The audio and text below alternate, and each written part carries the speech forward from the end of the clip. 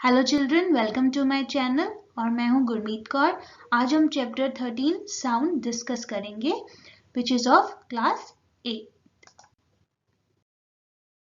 Sound and our environment is full of sounds, है ना। हमें कितने साउंड सुनाई देते हैं। Some sounds are pleasant and some are noisy, लेकिन सम साउंड्स तो बहुत ही अच्छे होते हैं, हमारे कानों को बहुत अच्छे लगते हैं, और कुछ बहुत ज्यादा नॉइजी होते हैं जो हमें डिस्टर्ब करते हैं। Sound helps us to communicate with one another.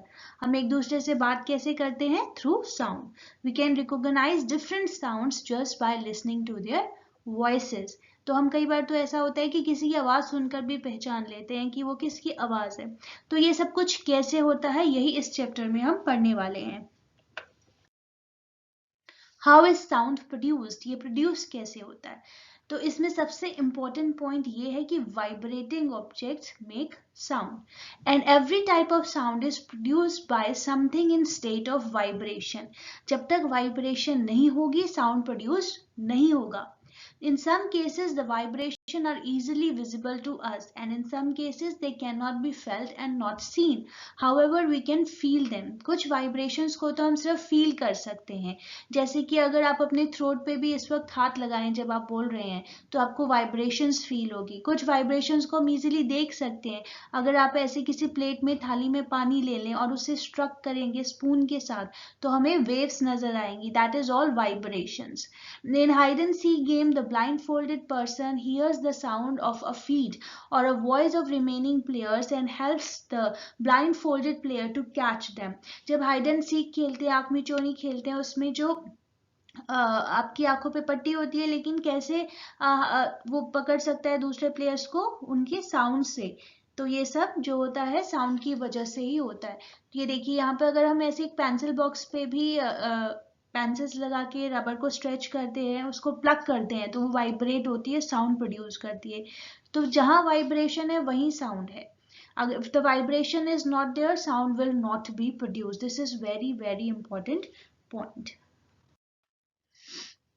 Now characteristics of vibrations, जिसे हम ऑसिलेशंस भी कहते हैं।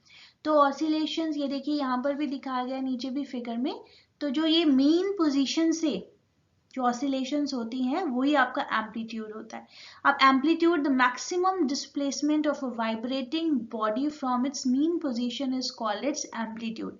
तो ये मीन पोजीशन से कितनी दूर तक जाता है, कितनी दूर तक वो जो वाइब्रेटिंग बॉडी है उसे मूव करती है, उसे हम एम्पलीट्यूड कहते हैं। और इसका ऐसा यूनिट क्या होता है? इसका ऐसा यूनिट होता है मीटर। अब फ्रीक्वेंसी क्या होती है? Frequency is the number of vibration, ये वाइब्रेशंस जो हो रही हैं from the mean position, the number of vibrations of the vibrating body in 1 second, ये 1 सेकेंड में कितनी बारी होगी, इज कॉल्ड इट्स फ्रीक्वेंसी। तो इट्स ऐसा unit is hertz, in honor of German physicist Heinrich R. Hertz. Okay, so time period क्या होता है? It's the time taken by vibrating body to complete one vibration is called the time period of vibrations and its SI unit is seconds. तो इस तरह से ये तीनों ही चीजें बहुत इंपॉर्टेंट है, amplitude, frequency and time period. Now relationship between time period and frequency.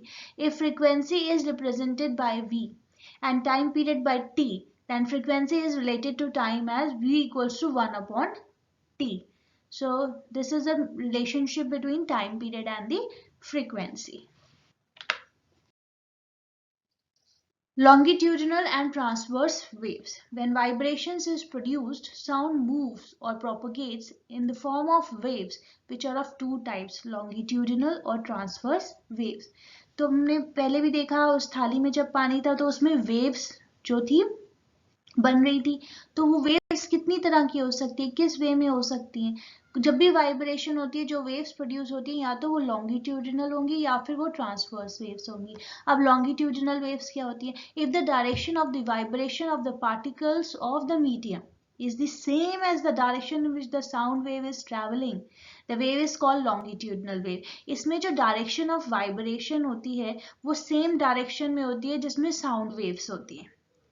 So वो longitudinal wave है वो। इसके opposite जो transverse waves है, when the vibration of the particles of the medium is perpendicular to the direction of the propagation of waves, the wave is called the transverse waves. तो यहाँ पे वो transverse waves हो जाती है, वो perpendicular होंगी, जो वाइब्रेशन पार्टिकल्स होंगे वो परपेंडिकुलर होंगे to the propagation of waves.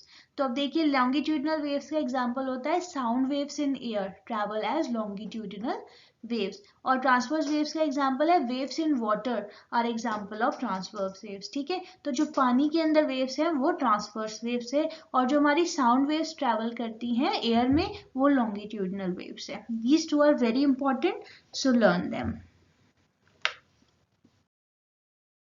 अब आ जाते हैं म्यूजिकल इंस्ट्रूमेंट्स के ऊपर। आप अपने म्यूजिक रूम में भी जाएंगे तो आपको बहुत तरह के म्यूजिकल इंस्ट्रूमेंट्स देखने को मिलेंगे। Now sound is produced not only by vibrations and strings but also by vibrations and stretched membrane as well as by vibration in air column। तो ये जो वाइब्रेशन होती है ये सिर्फ स्ट्रिंग्स की नहीं होती जैसे गिटार में है सितार में है, ये स्ट्रेच्ड मेम्ब्रेन पे भी होती है जैसे तबला और ड्रम में है, और ये वाइब्रेशंस इन एयर कॉलम में भी होती है जैसे कि फ्लूट में है। So according to sound of the vibration they are classified into 3 types। तो ये याद कर लीजिए 3 तरह के होते हैं sound of the vibrations in musical instruments. देखिए कौन कौन से। विंड इंस्ट्रूमेंट होता है एक तो आपका, the instrument where vibration in air column produce sound. Air column है उसके अंदर वाइब्रेशन हो रही है, साउंड प्रोड्यूस हो रहा है। इसमें आपकी शहनाई आ जाएगी, फ्लूट आ जाएगा, क्लैरिनेट आ जाएगा, एटसेट्रा। स्ट्रिंग्ड इंस्ट्रूमेंट्स समझ ही आ रहा है इसके नाम से, द इंस्ट्रूमेंट्स में vibration in wires produces sound. इसकी जो वायर्स में वाइब्रेशंस होती है जैसे गिटार की वायर्स को आप टच करते वाइब्रेशन होती है, तो उसी तरह से सितार के अंदर। तो ये एग्जांपल्स हैं guitar, violin, sitar, stringed instruments के। नाउ परक्यूशन इंस्ट्रूमेंट्स, अब ये क्या होते हैं? They have a stretched skin whose vibrations produce sound। इसके ऊपर एक स्ट्रेच्ड स्किन होती है, पहले भी बोला आपको स्ट्रेच्ड मेम्ब्रेन, तो ये जो स्ट्रेच्ड स्किन होती है ये वाइब्रेशंस को प्रोड्यूस करती है जैसे कि drum, tabla, mridangam, etcetera. The thing is that इस टोटल इसका जो मीन है कि क्या है कि पूरा जो इंस्ट्रूमेंट होता है ना वही वाइब्रेट करता है, जो पूरा इंस्ट्रूमेंट होता है वो वाइब्रेशन वही साउंड प्रोड्यूस करता है। आप ये नहीं कह सकते कि आपने एक वायर को टच किया या सिर्फ उसकी अपर मेम्ब्रेन को टच किया, लेकिन जो उसकी पूरी होल बॉडी होती है ना म्यूजिक इंस्ट्रूमेंट की, वो इट अंडरगोज वाइब्रेशन और वो साउंड प्रोड्यूस करती है। ये कुछ म्यूजिकल इंस्ट्रूमेंट्स हैं और उनके वाइब्रेटिंग पार्ट्स हैं। ये चार्ट आपको ऐसे बना हुआ आपकी बुक में भी दिखा होगा जिसे आपने खुद फिल करना था, तो I have helped you out कि यहाँ पे हम कुछ अच्छे से एग्जांपल्स देख लें। जैसे फ्लूट में एयर कॉलम होता है, तबला में स्ट्रेच्ड स्किन होती है, वीणा के अंदर भी एयर कॉलम होता है, सितार में वायर होती है, सरोद में वायर होती है, शहनाई में एयर कॉलम होगा, ड्रम में स्ट्रेच्ड स्किन होगी और मृदंगम में स्ट्रेच्ड स्किन होगी, या इसे समटाइम्स स्ट्रेच्ड मेम्ब्रेन भी कहा जाता है। So remember all these things. अब आ जाते हैं हम साउंड प्रोड्यूस बाय एनिमल्स। पहले म्यूजिकल इंस्ट्रूमेंट्स पर आप देखिए एनिमल्स जो है वो साउंड्स कैसे प्रोड्यूस करते हैं। जो डॉग्स होते हैं वो बार्क करते हैं, बर्ड्स जो होती है चर्प करती है, हम सभी को पता है, हम सब ने ही सुना है ना। ये जो हाइना होता है, हाइना एक एनिमल है which makes the sound which resembles the laughter of the human. ठीक है, and these animals have a voice organ and are able to communicate with others। इनके अंदर voice organ होते हैं, ये एक दूसरे से communicate कर सकते हैं। फ्रॉग्स के पास क्या है? फ्रॉग के पास vocal cords हैं with which they communicate। ठीक है, ये सब कम्युनिकेट करते हैं एक दूसरे के साथ, इनके पास वॉइस ऑर्गन्स है, इनके पास वोकल कॉर्ड्स हैं। अब दूसरी तरफ but some animals do not have voice organs। They make sounds with different parts of their bodies। इनके पास voice organs नहीं है, vocal cords नहीं है। ये अपने sounds कैसे produce करते हैं? देखिए, snakes makes hissing sound by forcing air out of their mouths। तो देखिए इसके पास vocal cord नहीं है, ये हिसिंग साउंड कैसे प्रोड्यूस करता है? Forcing air out of their mouths. Remember ना, ग्रास हॉपर्स क्या करते हैं? Produce sounds by scraping the rough edges of their wings against the upper part of their legs. तो इस तरह से जिनके पास वोकल कॉर्ड्स नहीं है, वॉइस ऑर्गन्स नहीं है, वो इस तरह से साउंड प्रोड्यूस करते हैं। तो snakes and grasshoppers are very different. अब आते हैं हम ह्यूमंस में। In humans, the sound is produced by the voice box or the larynx. हमारे जो बॉडी में वॉइस बॉक्स है हम उसे larynx भी कहते हैं. अब ये क्या होता है? A hard bump in the throat which seems to move when you swallow is known as the voice box. एक हार्ड बम्प्स जब आपको थ्रोट में आपने टच करके देखिए जब आप swallow करते हैं तो यही आपका वॉइस बॉक्स होता है. इसमें दो लिगामेंट्स होती हैं. Two ligaments commonly known as vocal cords are stretched across. ये जो दो वोकल कॉर्ड्स हैं ये आपकी स्ट्रेच करती हैं and stretch across the larynx in such a way that it leaves a narrow slit between them for the passage of the air. आप figure में भी देख लीजिए बीच में एक स्लिट है, एक जगह खाली है जो कि आपकी पैसेज ऑफ एयर है. So air from the lung is forced through the slit and make the vocal cords vibrate and the sound is produced. यही vocal cords जो हैं आपकी vibrate होती हैं, sound को produce करती हैं और air from the lungs is forced through the slit. ये जो slit है बीच में खाली जगह है यहाँ से आपके lungs में से air आती है. तो याद रखिए this is very very important. Larynx क्या होता है? ये वॉइस बॉक्स होता है in humans. And remember this figure also. Sound needs a medium for propagation. अब ये जो sound है ये मूव कैसे करता है? मैं बोल रही हूँ आपको सुनाई कैसे दे रहा है, कोई और आपको आवाज लगाता है आपको सुनाई देता है. कैसे कैसे ये सब कुछ होता है? क्या इसके मीडियम्स होते हैं प्रोपोगेशन के लिए? तो देखिए sound requires a material medium for propagation. Yes, इसको एक मटेरियल चाहिए to travel through. Sound can not propagate through vacuum. जहां वैक्यूम होगा साउंड काम नहीं करेगा. ये एक्टिविटी आपकी बुक्स में भी है. अगर आप एक बेल को वैक्यूम्ड जार में रखकर रिंग करेंगे तो वो आपको सुनाई नहीं देगी. Sound can travel through solids but with great speed than air. जो सॉलिड्स में है साउंड सबसे ज्यादा तेज ट्रेवल करता है. And sound can travel through any solid. ये किसी भी सॉलिड में ट्रेवल करेगा.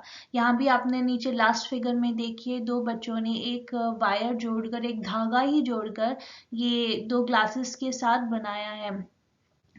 ये देखिए यहाँ पे भी साउंड जो है ट्रैवल कर रहा है, उस थ्रेड में ट्रैवल कर रहा है क्योंकि वो एक सॉलिड है. ऊपर वाली फिगर सेंटर फिगर में देखिए वो बच्चा बेल बजा रहा है पानी के अंदर रखकर. यहाँ पर अगर आप ऐसे टम्बलर लेंगे उसके अंदर एक बेल ले लीजिए पानी के अंदर. आपको अपने ईयर के अंदर पानी नहीं जाने देना है, जस्ट अपने कान को उसके ऊपर रखिए पानी के ऊपर, आपको साउंड सुनाई देगा. तो यहाँ जो है यहाँ ये प्रूव होता है कि जो साउंड है वो ट्रैवल करता है लिक्विड में भी. ऊपर वाली फिगर में अगर एक आप अपने कान के साथ स्केल लगा रहे हैं, मीटर स्केल ले लीजिए और अपने दूसरे फ्रेंड को बोलिए उसे स्क्रैच करने के लिए, वो आपको सुनाई देगा. तो इस तरह से जो है साउंड ट्रैवल करता है थ्रू ऑल मीडियम्स. ये एयर में भी ट्रैवल करता है ना, जब हम एक दूसरे से बात करते हैं तो एयर में ट्रैवल करता है. ये साउंड सॉलिड में ट्रैवल करता है, ये लिक्विड में ट्रैवल करता है. But very important thing is that ये वैक्यूम में ट्रैवल नहीं करेगा. अब हम कुछ साइंस बिट्स देखेंगे जो कि कुछ इंपॉर्टेंट पॉइंट्स है और आपकी गोयल ब्रदर से रिलेटेड है. ट्यूनिंग फोक. ट्यूनिंग फोक क्या होता है?